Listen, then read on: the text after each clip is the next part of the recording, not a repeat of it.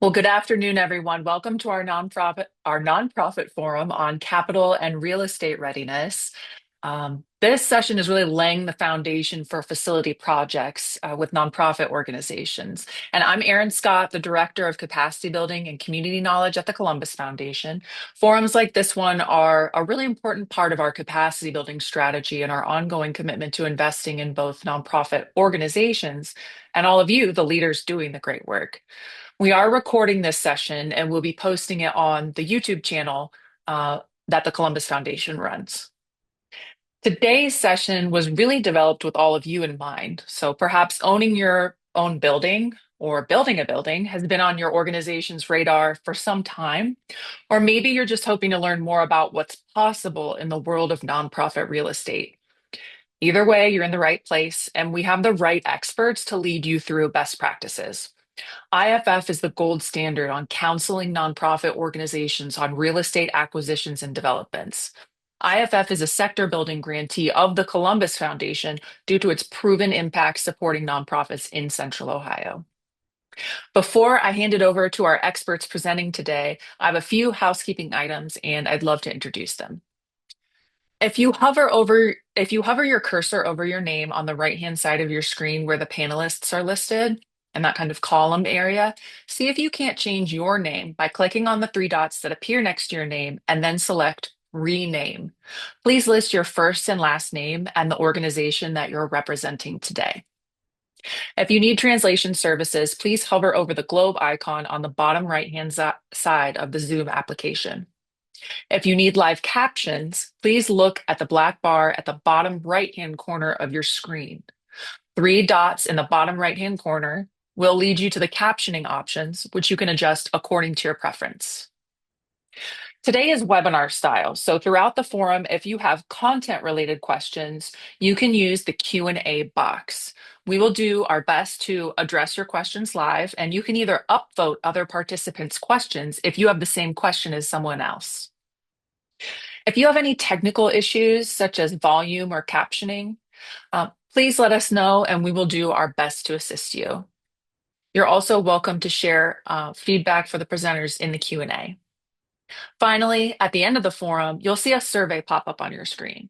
We hope that everyone takes this opportunity to share their thoughts on this forum and appreciate in advance any feedback that you're willing to give. I'd now like to introduce our presenters for today's forum. So Tony Bango is IFF's Director of Real Estate Solutions here in Ohio. He brings extensive experience in community development and public sector real estate, most recently serving as Bureau Chief of Housing Development for the City of Cleveland's Department of Community Development. Based in Cleveland, Tony partners with nonprofits across Ohio to plan and deliver facility projects that advance their missions. Lynn Carpenter is IFF's Director of Lending here in Ohio. Also based in Cleveland, Lynn brings deep experience in structured finance, helping organizations navigate complex capital stacks that blend debt and equity. She serves on the board of intergenerational schools and partners with nonprofit leaders to provide flexible financing for construction, renovations, equipment purchases, and refinancing. And with that, I'm pleased to hand over the program to Tony and Lynn. Erin, thanks so much for that lovely introduction. Really appreciate it. All right, let me go ahead and share the screen here. Everyone should be able to see our presentation. So let me begin. Welcome to today's presentation, Laying the Foundation for Capital and Real Estate Readiness. The focus of today's presentation will be for organizations who are thinking about engaging in a community development project. This presentation will be helpful to anyone who is at any stage of this process, but today's presentation is really catered towards those who are at the beginning of the process with the intention of helping them prepare for the journey. Before I get started, I just want to say thank you to the Columbus Foundation for hosting us today. This is really such a wonderful opportunity for IFF and everyone here, and we are so very thankful. Moving forward, as Erin said, if you have questions, please go ahead and place them in the Q&A. Erin will interrupt and try to ask them to us, and we'll try to answer them in the moment. But if we don't have time to do that, we have allotted time at the end of this presentation to try and answer your questions. So A little bit about us. As Aaron mentioned, my name is Tony Bango. I'm the Director of Real Estate Solutions for the state of Ohio at IFF. Professionally, I used to work for a community development corporation in Cleveland called Detroit Shoreway, where I was involved in affordable housing projects. And I recently spent the last 5 years working at the city of Cleveland, where I managed the city of Cleveland's lending and subsidy programs for affordable housing. I've spent my entire professional career working in community development space, and I understand that these projects are not for the faint of heart. I know that this work, it takes an entire ecosystem to move these projects forward, and that's a big part of the way that we look at this work at IFF, and I encourage all of you to do the same. I'm joined today by Lynn Carpenter. Lynn, would you like to introduce yourself? Sure. Hi, everybody. I'm Lynn Carpenter. I'm the Director of Lending for Ohio. I have spent most of my career in the for-profit capital markets world of private equity, mezzanine lending, commercial banking or bank lending, and more recently, impact investing. And I've shifted over to the nonprofit world because I wanted to continue to be a part of an organization that cared and contributed to positive impact on real people's lives. And with IFF, I get to help strengthen nonprofits and the communities and the populations that you guys serve and be a part of some really cool projects. And that's really rewarding. Thanks, Lynn. So moving forward, I'm going to discuss our agenda for the day. First, we're going to talk a little bit about who we are at IFF and discuss our learning objectives. And from there, we're going to discuss planning for success for your project. And then we'll talk a little bit about the various stages of a real estate development project. From there, we'll transition to what we call the project readiness framework, which we use to talk about how we help frame real estate readiness when we discuss this with our project partners. And then finally, Lynn is going to discuss the various considerations that come along with accessing capital when you're looking to finance your project. And finally, Lynn and I want to say we are here to support you. We'll open up for questions at the end, but our contact information is located at the end of this presentation, and you are all welcome to contact us directly if you'd like to discuss an idea or a project that you're working on. So a little bit about IFF. We are a community development finance institution, or a CDFI, that operates out of the Midwest. Our mission is to strengthen nonprofits and the communities that we serve. We approach our work by providing leadership, capital, and real estate solutions. And I think this sentence is really important because capital alone isn't enough to affect change in communities. IFF not only lends to support projects, we are both a partner and a leader hoping to drive change hand in hand with the communities and organizations that we serve. We believe that thriving communities are at the heart of everything. While our main focus is working with nonprofit communities or our nonprofit partners, we understand that thriving communities are sought by our partners and colleagues both in government and in the for-profit sector as well. Partnering with all these entities is critical to ensuring that communities thrive in a way that's sustainable. An important element about who we are is the way in which we work. We prioritize equity and make it a focus of our work. We are a learning organization that recognizes that integrating equity into our organization is an iterative process that requires intentionality, investment, and humility. We respect partnerships and recognize that successful projects are a collaboration among many partners, and without partnerships, you can't navigate roadblocks and you can't close gaps. We strive to balance tensions that arise during a project, such as the delicate balance between mission and money. And finally, we try our best to steward with heart. I think all of us here work where we do because we care and we understand the importance of passion in our work. And we are passionately committed to the communities that we support, and we want to create strong, sustainable communities that continue to thrive. Now, IFF has a few different business lines that we engage in across the Midwest. We are able to provide research and evaluation services to support our partners. In some areas, we act as developers developing early childhood education centers or affordable housing using low-income housing tax credits or new market tax credits. We oversee programs like one program we call the Stronger Nonprofits Initiative, which is a 14-month curriculum intended to support nonprofits led by people of color in navigating systemic barriers to accessing capital. And that, by the way, will be coming to Columbus in 2027. And we're also a lender and a real estate consultant.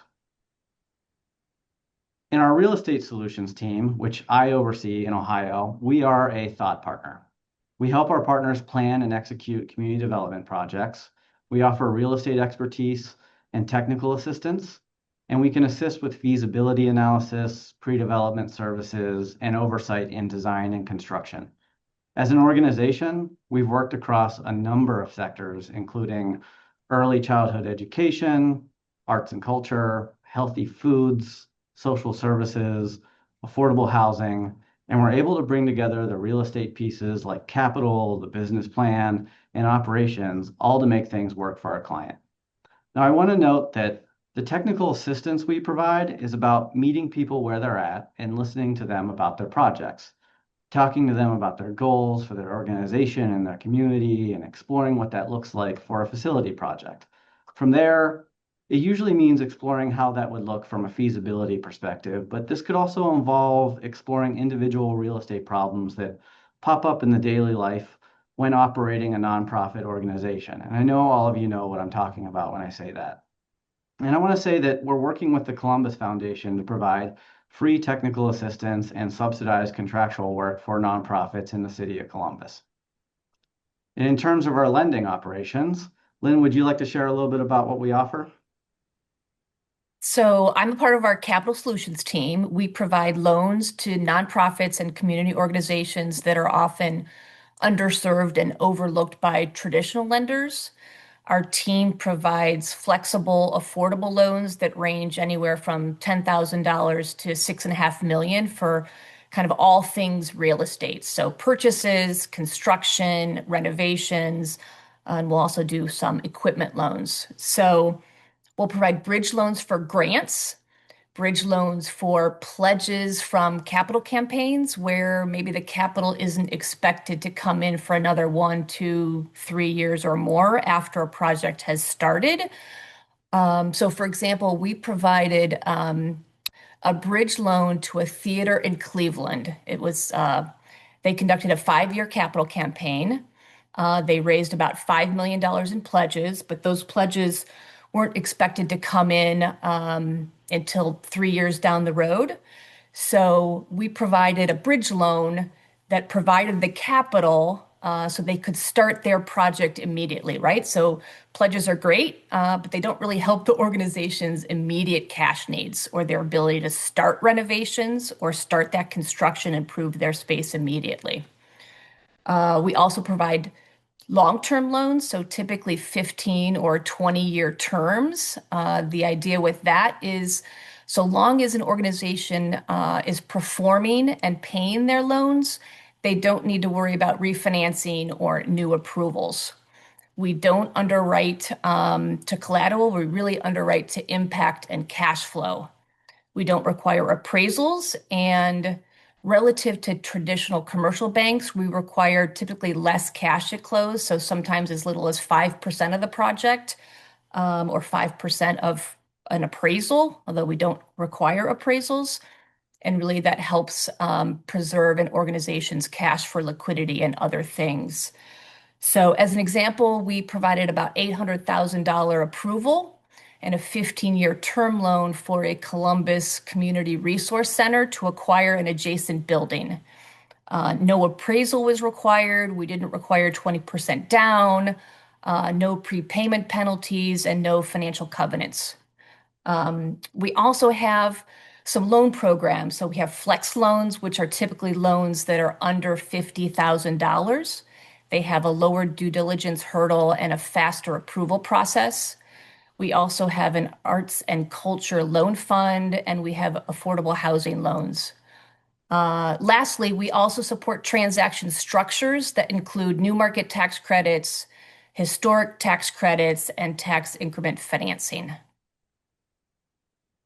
Thank you, Lynn. So, on to our learning objectives for the day. We want to talk to you about why it's important to accurately identify and communicate your project goals to your partners and your stakeholders. We want to discuss how you can develop a roadmap for the real estate and capital funding process. And we're going to talk about how to look at your own project through our own real estate readiness framework. Finally, Lynn is going to take us home by discussing the various ins and outs about how to think about accessing capital for your project. So to begin, let's talk about planning for success. So this graphic here is very similar to Maslow's hierarchy of needs, which I think many of you will be familiar with. This is how IFF thinks about the various levels on how organizations actualize their own space. At the bottom is the most basic level where you're just trying to stay warm, safe, and dry. We all know that this is important, but it's really not enough to deliver upon the important missions that we're all really committed to. As you progress higher up the ladder, your staff spends less time managing the building and more time focusing on your programs and your clients. You have a better understanding of your own space needs and consider elements like function, efficiency, art, beauty, access, and so forth. And that helps us deliver on our missions in the best way possible. To plan for success, you need to understand the mission of an organization and their operation, how and why they do their work, and how they define and measure that success. This is all really important to know when designing a space to help an organization move towards creating what we call a community inspirational space. These community inspirational spaces are facilities that not only honor your staff and your clients who use the building, but they also honor the surrounding neighborhood. An example might be a foster care agency that looks and feels like a small community center. Sure, it's a place where the work of a foster care agency goes on, but it's also a place where kids and foster parents can relax and enjoy themselves with dignity, despite the difficult situations that they're facing. So community development projects all meet at this intersection of mission and impact and unique facility needs and budget and business plan. Nonprofits exist to deliver on their mission within their community, and many of them have unique needs and limited budgets. Oftentimes, the sites that we find aren't able to meet all of our facility needs, so we have to find ways to balance our priorities through this process. As a project champion for your project, you need to consider what your facility needs are and which ones are critical to your organization so that you can deliver on your program. You have to consider your budget and your business plan, which is an additional but critical layer of planning and consideration. And failure to adequately plan for your budget or ensure that your business plan will be sustainable in the new space really threatens to jeopardize your organization's mission. Next, there are two important questions you need to think about. First, how is your project meeting a community need? How are you framing that? And how do you define that need? Have you conducted any data analysis or studies? And how are you telling that story? As a project champion, and you've heard me say that before, and you are your project's most important champion, you need to be able to communicate this need in a compelling way to the rest of the community. Secondly, does your project represent a shared priority in your community? This is an absolutely critical question because if your project is embraced by the community, other funders or the government could make future land acquisition, zoning roadblocks, or access to pre-development or construction funding easier. If your project is not widely embraced by the community, well, it may be more difficult to advance your project. And then finally, while we're still at this ideation stage, there are a few other topics that you should consider. First is impact. How will your project deliver on your mission and your stated project goals? Second, how can your project drive long-term financial sustainability? Will you drive more services? Is this new facility going to reduce your costs? Will it create equity that your organization didn't have before? Third, are you a place-based organization? Is this going to improve the delivery of your organization's mission? Fourth, who is your community and who's going to participate in the planning process? You don't want to advance 80% through the development process only to find that your community and your stakeholders do not like your project. It's really critical to identify who should be involved at the outset of a project and create an appropriate engagement plan. And then finally, who are the partners and allies that can support your project? You'll hear me talk about this in a little bit about assessing gaps in your organization to deliver your project.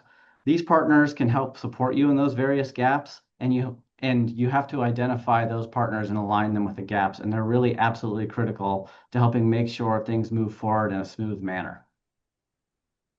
So now I'm going to transition here to talk a little bit about the phases of a real estate project. So What you're seeing here, this graphic represents a flow chart of how real estate projects typically progress. I will say that this is a step-by-step phasing and it's ideal. But as we all know, the real estate world and the world in general is messy, and sometimes the order of these steps are not necessarily linear. And certain steps may need to be revisited depending on circumstances that arise during the process. Real estate development is an inherently iterative process, and I can't say that enough. And it's really important that we all remember that.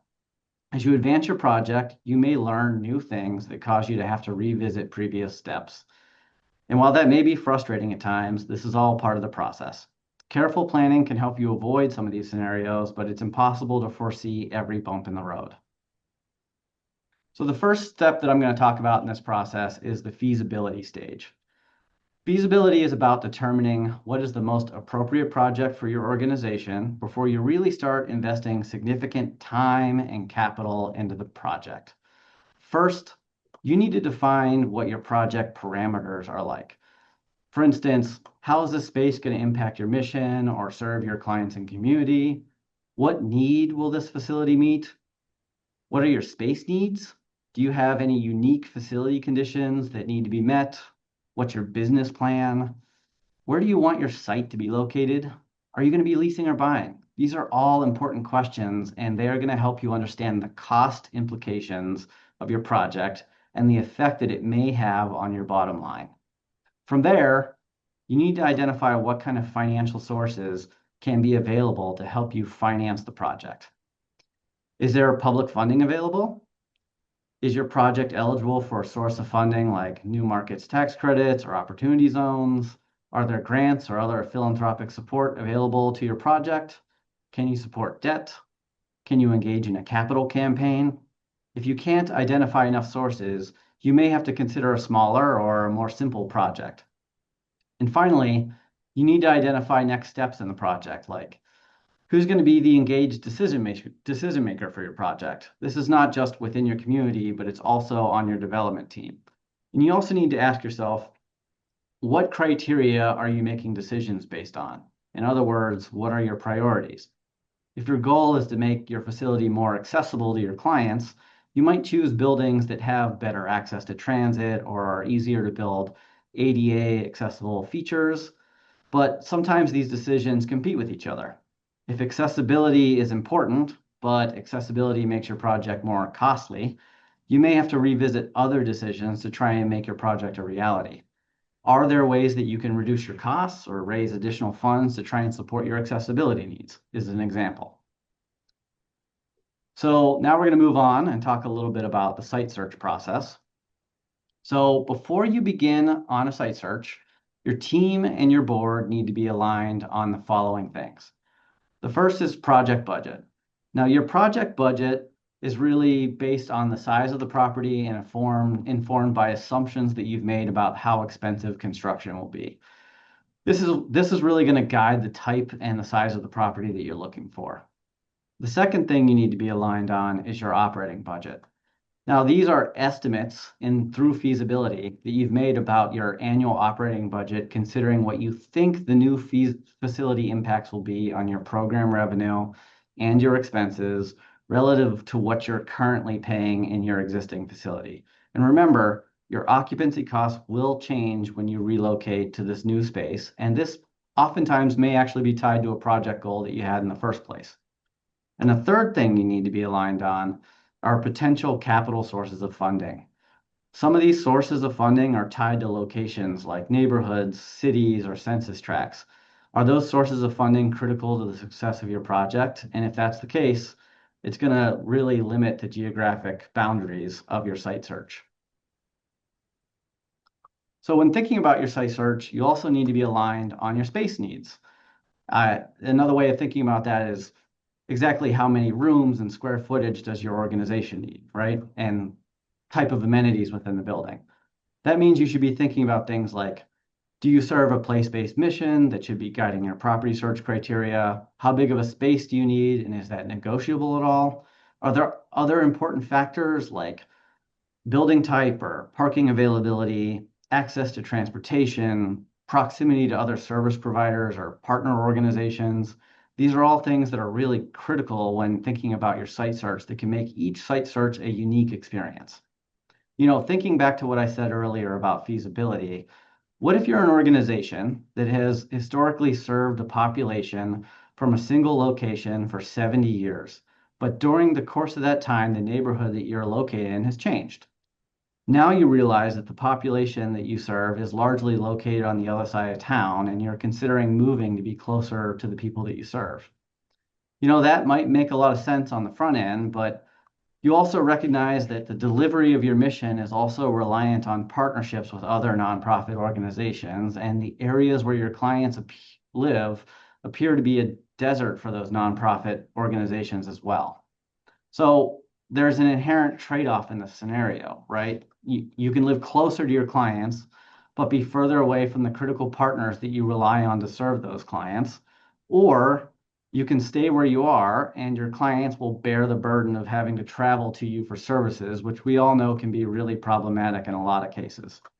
So this is another example of what I said earlier when I said that priorities can compete with each other. That doesn't mean there can't be a solution. In this case, maybe the solution is to build a bigger building and allow for leasable space where you could lease that space to those critical partners that you need to deliver upon your mission.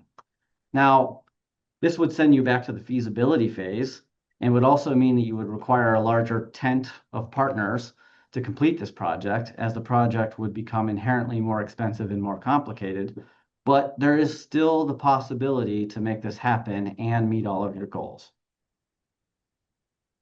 So site selection itself can take between 3 and 6 months, but it can be shorter or longer depending on the urgency and the uniqueness of your needs. During this process, you're working with a broker to help identify properties based on a list of site search requirements. And depending on your circumstance, you may even want to consider looking at off-market properties. At IFF, we really recommend creating a short list of viable properties that can then be visited to assess their condition and suitability for your own programming and renovation needs. Of course, you want to be mindful of your budget, both in terms of construction and acquisition costs. As we all know, acquisition costs can vary greatly depending on location and building condition. It's possible you may find a property that you like and through the due diligence process, learn that the cost to acquire and renovate it would be too great for your budget, which would cause you to go back to the beginning of the site selection process. Thus bringing back to what I said earlier about the iterative nature of the real estate development process.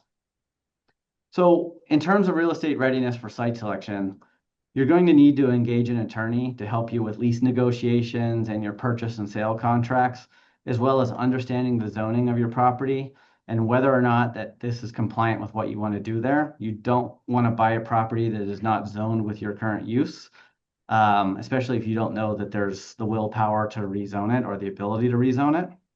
And in addition to this, you also need to conduct due diligence on the property, which includes inspections, surveys, title searches, and environmental studies, so that you can get a better picture of all the various site conditions, hazards, and other implications that come with purchasing a property. Each of these, of course, can be a negotiating point in the transaction that your attorney can help you with. So moving on to pre-development. So pre-development is one of the more complicated aspects of real estate development. Pre-development itself can last anywhere between 1 to 5 years, and frankly, it can go longer if God wills it. I can think of one project in recent memory that this building had been vacant since the 1980s, and it recently went through an 8-year pre-development process, and the project closed in January of this year and started construction. It was a massive celebration for everyone who was involved. And the only reason that that project was able to transition from pre-development to construction was because an entire ecosystem worked together to make the project a reality. So pre-development itself is a process where you take your project from feasibility to construction. This is done by assembling a development team, designing your project, refining your budget, getting zoning and legal approvals, and acquiring financing. There are so many factors involved in this process, like where's your project located? What is the zoning review and permitting process like? How long it takes to secure your financing and whether or not there's conditions associated with it, selecting your development team, how you're procuring an architect or a contractor, getting cost estimates and at what frequency you're getting those cost estimates, understanding a bidding process, and knowing what the compliance requirements for your project are. Pre-development itself ends when you pull permits and start construction. And so lastly, we're going to talk about construction and occupancy. So the cost and duration of construction really depend on the size of your project. Some projects are minor, like for instance, aesthetic changes like paint and redoing your flooring in a building. Others are moderate, like for instance, changing the layout of your building or improving your building systems like your HVAC system. And some are major, like building a new building from the ground up, or gut renovations like, making improvements to the building's core or shell. During construction, you'll be attending regular meetings with your architect or your contractor to track your budget, approve change orders, and monitor your contingency balance. And during this, you're going to be reviewing and processing monthly payments to your general contractor and other vendors. And finally, during turnover, which happens after construction, you're going to be coordinating final inspections and accepting that work, coordinating with vendors for any final work like furniture or signage installation, and training your maintenance staff and reviewing any warranty information on the building. So that brings us to our last topic, which is our real estate readiness framework, which I'm going to talk about, and then we'll transition to Lynn, who's going to talk about capital readiness. I'm really a big fan of this framework because it takes a complicated topic and really helps frame it in a way that makes it easier to understand. So this really breaks down into 3 different elements. The first is organizational readiness, which is how you evaluate yourself as an organization. The second is real estate readiness, how you evaluate your project. And the third is capital readiness, how to evaluate the financial readiness or your ability to finance the project. So first, I'll talk just a little bit about organizational readiness. To put this simply, organizational readiness is your organization's ability to achieve your project's goal. It's dependent on your schedule, your resources, skills, staff, financial and administrative infrastructure, partnerships, capacity, and so on. Now, real estate development is not something that's typically done alone. It takes a village, and I really mean that. Real estate development is done by teams of people with a variety of expertise. When you think about your staff, you need to think about what their day-to-day capacity and experience is for a project. Your staff that will engage in this project, do they have experience with real estate development? Do you think their skills will be helpful in making this project successful? In terms of time, if they're coming into the office every day and working nonstop from 9 a.m. to 5 p.m. to deliver on your mission, how will they be able to dedicate time to your project? What activities will they stop working on while the project is going on, which could be a number of years? These are all really important questions that you need to ask yourself. The same kind of thinking goes for your board. What can your board bring to the table to help fill the gaps? Are they able to bring real estate experience or fundraising experience to the table? Can they help you plan to improve your business model? From here, you need to identify where your gaps are and figure out how you can fill them. So earlier when I said it takes a village, this slide really refers to just the portion of that village that is the consultants who work directly on your project. It doesn't consider the government, community, or financial partners who are also involved in the project. So when you're assembling a team to work on your project, you're going to need a number of consultants and vendors, including people like architects and engineers, people who provide pre-construction and pre-development services. You might want to hire an owner's representative, which is someone to help you manage your project for you.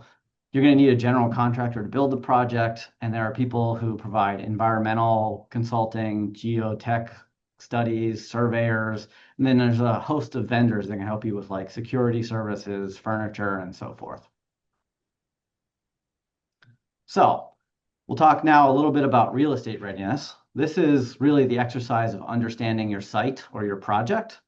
So how well do you understand the cost of your project? How well do you understand the risks associated with your project? If there are risks like, say, environmental issues, are you hiring consultants to investigate them further to try and understand them more thoroughly and develop a plan to deal with them? Ultimately, when you do that, the result of this investigation will need to be included in your budget and in your scope of work for the project, right? So the kind of questions that you should be asking when you're evaluating your project are, do you own your site or do you have site control? Have you bought it? Do you have a purchase agreement? Do you have an option agreement?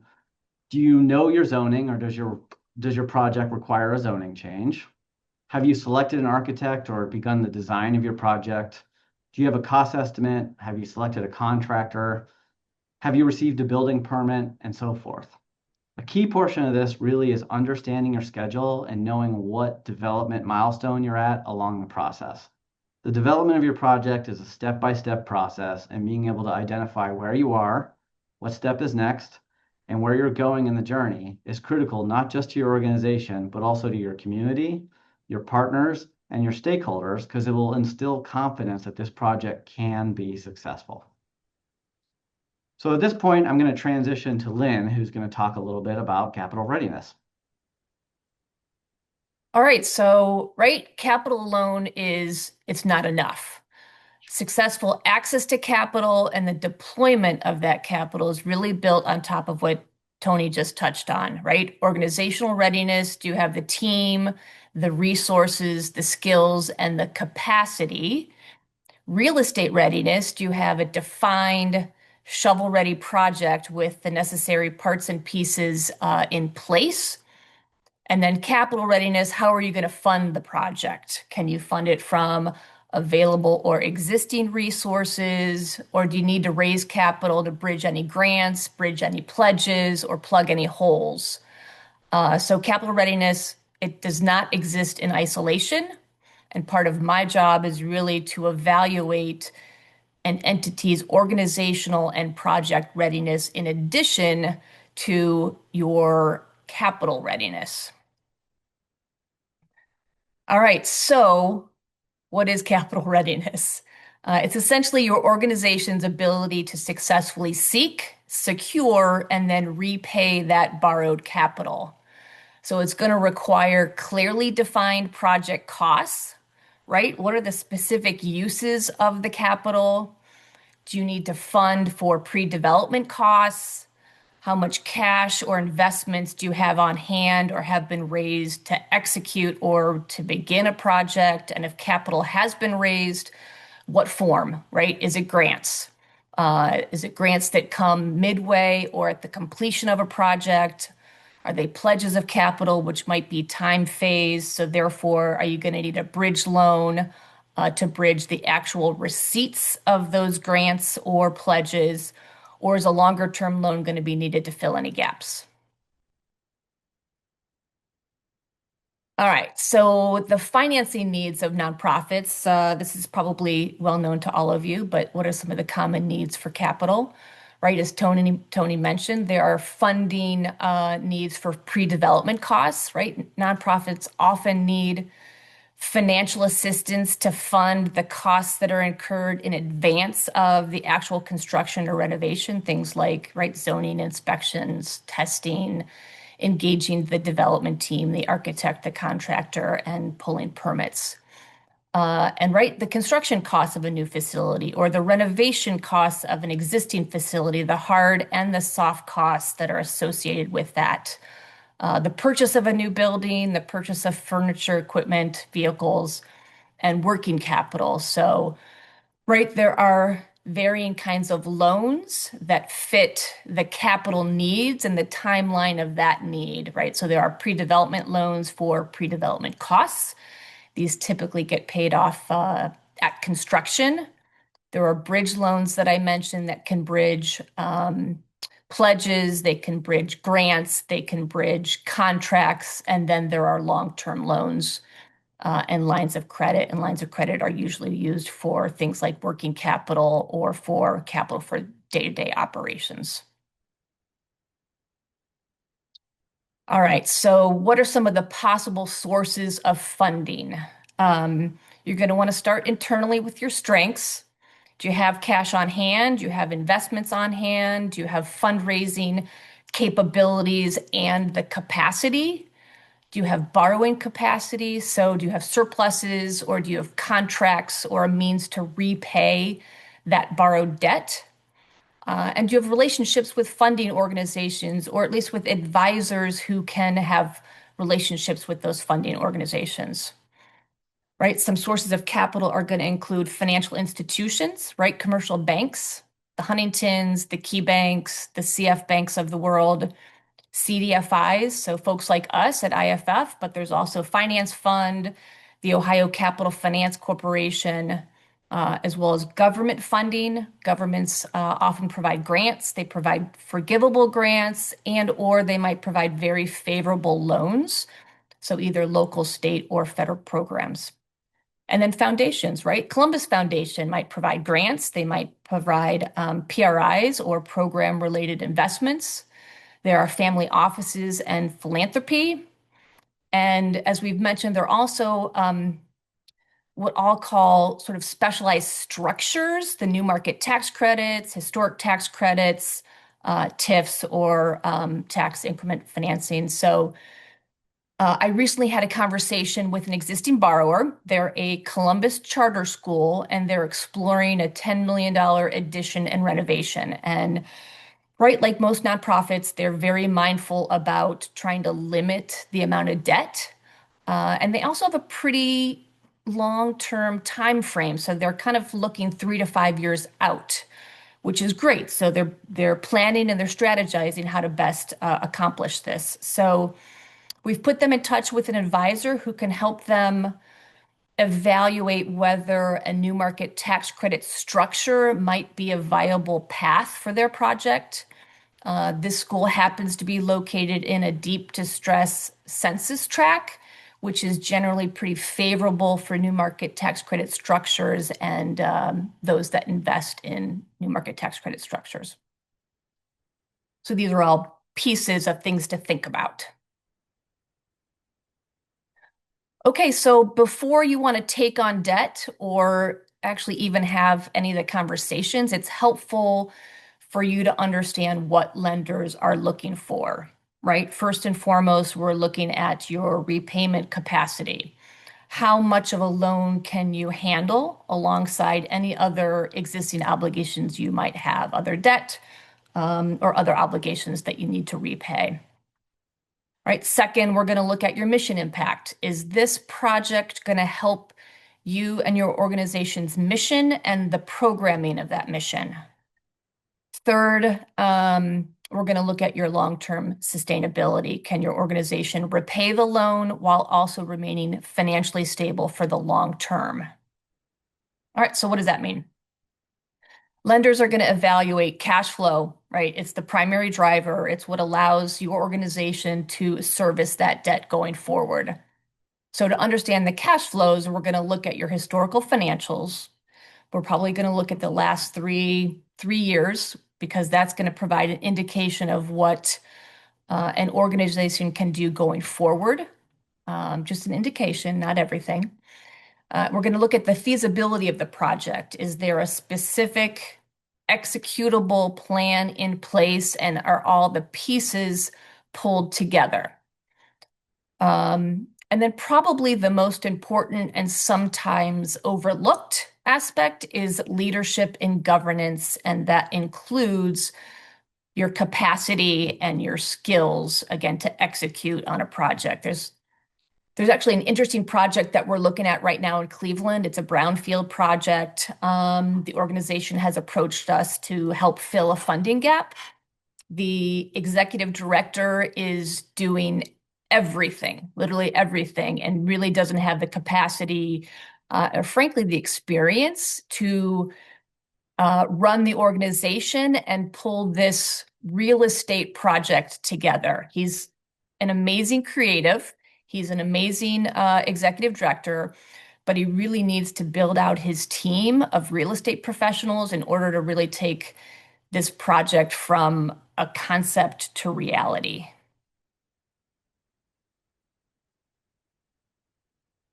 Okay, so I mentioned on the prior slide that cash flow is the primary driver of repayment, but before you get to cash flow, I'm going to need to understand revenue, right? Is the organization's revenue reliable? Is it repeatable? What are their sources of revenue? Are they grants? How many grants? What's the tenure of the grant? For what purposes are the grants?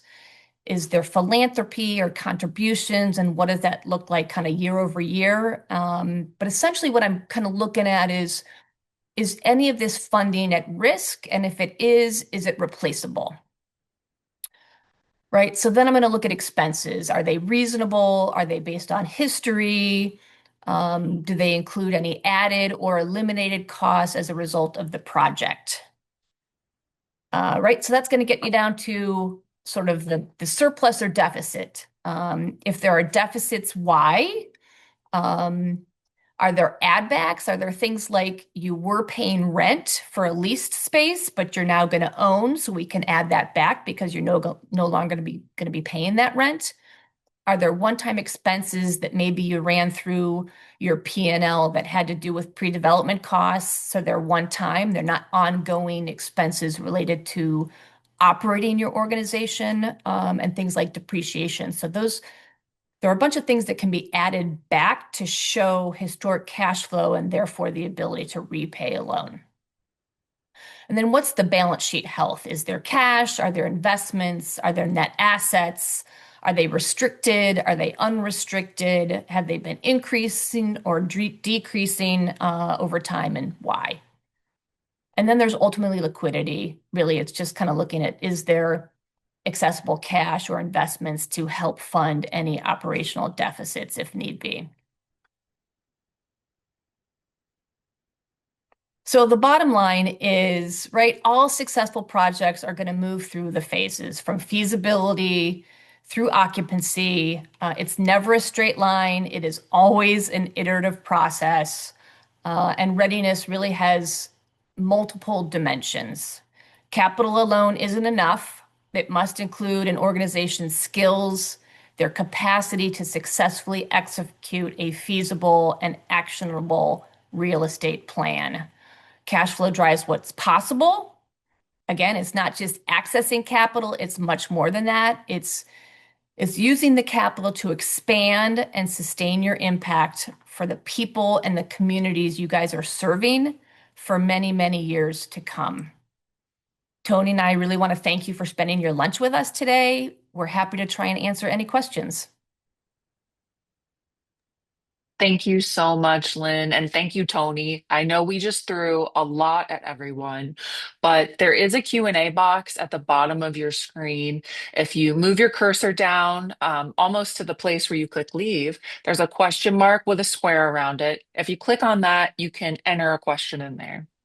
I did see some in the chat. Lynn, one of them was around rates and getting an understanding of what the lending relationship would be with IFF. Can you share a little bit more about that?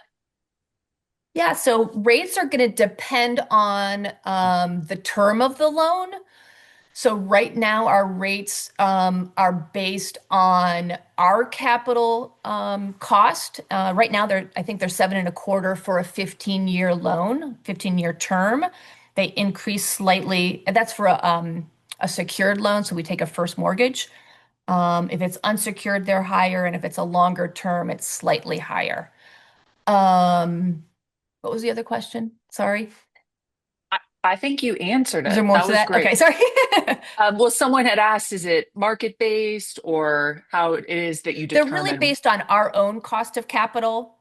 Sometime, like we did run into a situation where we were up against what I'm going to call a traditional commercial banker. Their rates were lower, but their terms were also, I don't want to use the word egregious. They were much more aggressive, right? They require appraisals, so they may require more capital down. They're going to require covenants. We typically don't. As I said earlier, as long as you're paying on your loan, you can kind of put it on your shelf and go about running your organization. You don't have to worry about it. So there are pros and cons, and that's probably the way I'd look at it. That clarification is very helpful, I'm sure, for a lot of people on this call who are wondering how IFF can operate these kind of services in such goodwill.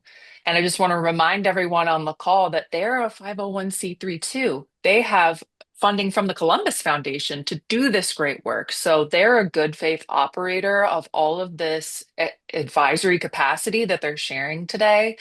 And so as, nonprofits in Central Ohio, they're a resource for you to reach out and ask questions around your building projects. And that's without having any nomenclature around finance terms. You don't have to, be an expert and understand interest rates or loan terms. That is quite literally what they do. You just have to be clear about what's the scope of your project, what stage are you in, and be willing to share that information with them as partners.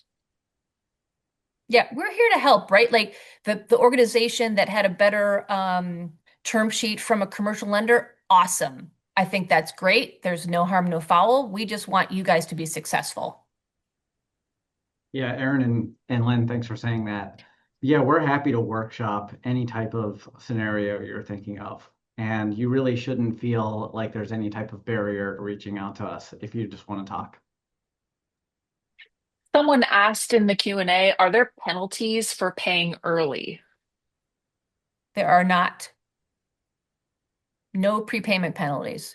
We truly like we are IFF exists for nonprofits. We understand nonprofits, right? We have long-term loans. Like I said, put it on the shelf. Don't worry about it. If you want to prepay it early, go for it. We are your partner.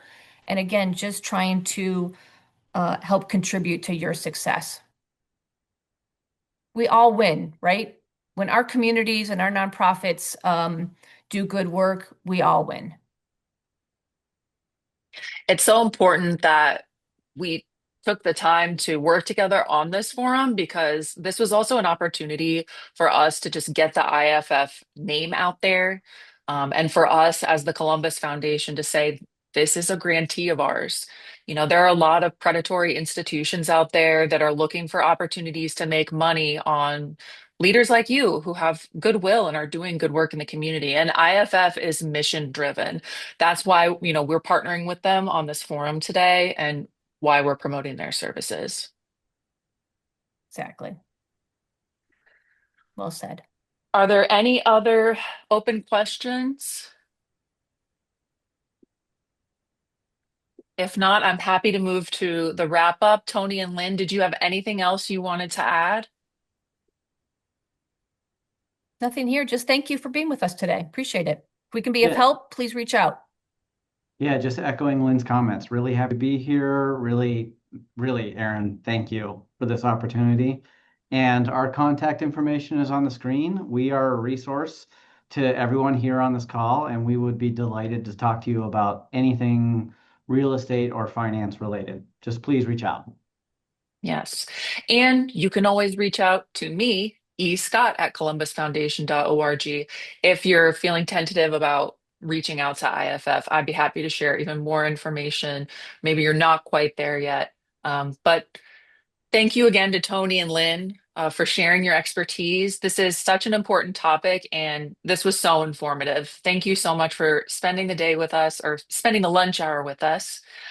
We would really like you to complete the survey that will pop up on your screen after the webinar ends. So keep an eye out for a post-forum follow-up. You'll also get an email with materials from this forum. So this whole slide deck, we have a PDF version to share with you.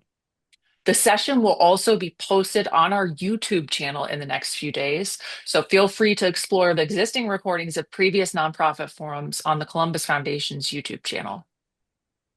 Thank you all so much for joining us today. We really appreciate your presence.